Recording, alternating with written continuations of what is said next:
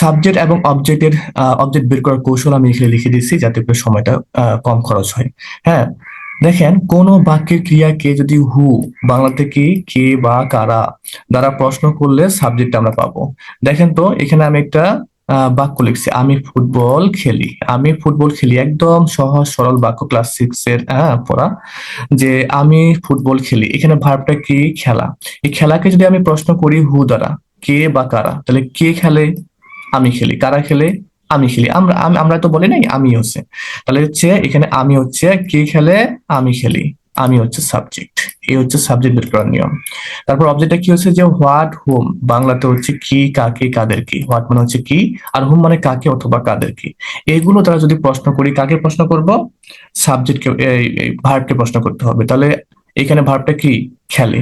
তাহলে এখানে যদি প্রশ্ন করি কি খেলে বা কাকে খেলে, ফুটবল খেলে অথবা ফুটবলকে খেলে।